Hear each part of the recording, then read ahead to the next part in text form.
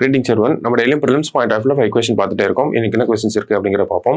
First question, a low pressure area formed in the Bay of Bengal formed into which storm அப்படின்னு சொல்லி கேட்டிருக்காங்க. ஓகேங்களா? வங்கக்கடலில் உருவாகும் காற்றழுத்த தாழ்வு பகுதி எந்த புயலாக மாறுகிறது அப்படின்னு சொல்லி கேட்டிருக்காங்க.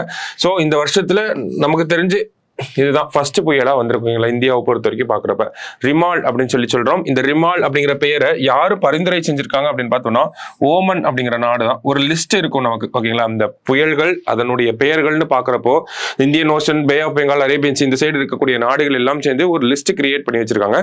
அந்த லிஸ்ட்ல இருந்து ஒவ்வொரு பேரா எடுத்து நம்ம வச்சுக்கிறோம். அந்த வகையில ரிமால் அப்படிங்கிற பெயர் தான் அந்த லிஸ்ட்ல அடுத்தது இருந்துச்சு. அந்த பெயரை பரிந்துரைத்தது வந்து ஓமன். இது வந்து ஒரு அரபிக் வார்த்தையாக இருக்கு. ஓகேங்களா?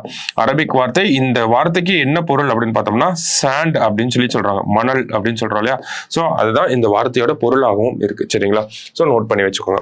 அடுத்தது, who is the young Indian who claimed the world's highest peak அப்படின்னு கேட்டிருக்காங்க. உலகில் மிக உயரமான சிகரத்தை ஏறிய இளம் இந்தியர் யார் அப்படின்னு பார்த்தோம்னா நமக்கு காமியா கார்த்திகேயன் அப்படின்னு சொல்றாங்க. ஓகேங்களா? 16 வயதை சேர்ந்தவங்க தான் இவங்க. மவுண்ட் எவரெஸ்டோட உச்சிக்கு போயிட்டு சாதனை பண்ணியிருக்காங்க. சரிங்களா? ஸோ காமியா கார்த்திகேயன் அப்படிங்கிறது தான் சரியான விடை. அடுத்தது, what percentage of India's GDP is the savings of Indians working abroad அப்படின்னு கேட்டிருக்காங்க. அதாவது வெளிநாடுகளில் பணியாற்றும் இந்தியர்களின் சேமிப்பு இந்தியாவின் ஜிடிபியில் எத்தனை சதவீதம்? வெளிநாட்டுல வேலை செய்யக்கூடியவங்க அவங்க ஒரு தொகையை சேமிச்சு வச்சிருப்பாங்க.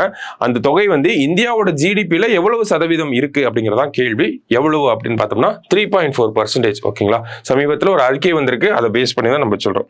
அடுத்தது, which country has become the 99th member of International Solar Alliance அப்படின்னு கேட்டிருக்காங்க.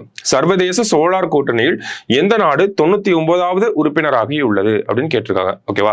சோ இன்டர்நேஷனல் சோலார் அலையன்ஸ் பொறுத்த வரைக்கும் பார்த்தோம்னா நமக்கு 2015ல நம்மளும் இந்தியாவும் பிரான்சும் சேர்ந்து தான் இந்த ஒரு விஷயத்தை உருவாக்கி இருப்பாங்க. ஓகேங்களா? இந்தியா பிளஸ் பிரான்ஸ் சேர்ந்து தான் உருவாக்கி இருப்பாங்க. சோ சோலார் எனர்ஜின்னு வரப்ப நமக்கு ரெனியூபிள் எனர்ஜி சார்ந்து இருக்கக்கூடிய ஒரு இன்டர்நேஷனல் பாடி தான். சரிங்களா?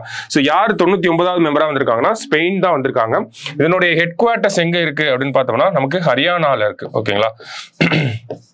சோ இதெல்லாம் கொஞ்சம் கூடுதலா தெரிஞ்சு வச்சுக்கோங்க. ஓகேவா? 2015ல நம்ம உருவாக்கி இருக்கோம். இந்தியாவும் பிரான்சும் சேர்ந்து தான் உருவாக்கி இருக்காங்க. ஸ்பெயின் தான் 99வது மெம்பரா நமக்கு வந்திருக்கும். ஓகேவா? சோ லாஸ்டா, new கேலிடோனியா which is fighting for independence is controlled by which country அப்படின்னு கேட்டிருக்காங்க. ஓகேங்களா? தனிநாடு கேட்டு போராடும் நியூ கலிடோனியா எந்த நாட்டின் கட்டுப்பாட்டில் உள்ளது அப்படின்னு கேட்டிருக்காங்க. ஸோ இந்த நியூ கலிடோனியா அப்படிங்கிறது பிரான்ஸோட கட்டுப்பாட்டில் இருக்கக்கூடிய பசிபிக் ஓஷன்ல இருக்கக்கூடிய ஒரு தீவு தான். ஓகேங்களா? ஸோ நமக்கு ஆஸ்திரேலியா கான்டினென்ட் இங்க இருக்கும் நம்ம சொல்றோம். இங்க டாஸ்மேனியா, இங்க நியூசிலாந்து, இங்க வந்து இந்த சவுத் ஈஸ்ட் ஏஷியன் கான்டினென்ட்ஸ் எல்லாம், ஐ மீன் ஐலாண்ட்ஸ் இருக்கும். பிலிப்பைன்ஸ், இந்தோனேஷியா அதெல்லாம் இருக்கும். ஓகேங்களா? இந்த கலிடோனியா அப்படிங்கிறது இந்த இடத்துல இருக்கக்கூடிய ஒரு சின்ன ஐலாண்டு தான். ஓகேங்களா?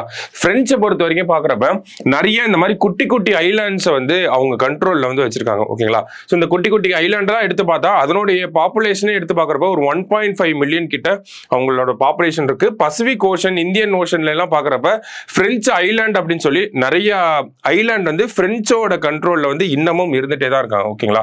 சோ அந்த வகையில நியூ கலிடோனியா அப்படிங்கிறது நமக்கு ஆஸ்திரேலியா பக்கத்துல இருக்கக்கூடிய ஒரு தீவு தான். ஓகேவா? சோ இந்த நியூ கலிடோனியால இருக்கவங்க ஒரு இண்டிபெண்டன்ஸ் அப்படிங்கிற அந்த ஒரு தனி நாடு கேட்டு ஒரு போராட்டம் அப்படிங்கறத பண்ண ஆரம்பிச்சிருக்காங்க. ஸோ பிரெஞ்சு பிரசிடென்ட் கூட அங்க போய் விசிட் பண்ண ஆரம்பிச்சிருக்காரு. ஓகேங்களா? ஸோ அந்த ஒரு பின்னணியில தான் இந்த ஒரு கொஸ்டின் நம்ம பார்க்குறோம். ஓகேவா? ஸோ நியூ கலிடோனியா அப்படிங்கிறது யார் கண்ட்ரோல்ல இருக்கு அப்படின்னா பிரெஞ்சு கண்ட்ரோல்ல தான் இருக்கு. ஓகேங்களா? ஸோ இன்னைக்கு ப்ரிலிம்ஸ் பாயிண்ட் ஆஃப் வியூல 5 கொஸ்டின் பார்த்துருக்கோம். நாளைக்கு 5 கொஸ்டின்ல மீட் பண்ணலாம். தேங்க்யூ.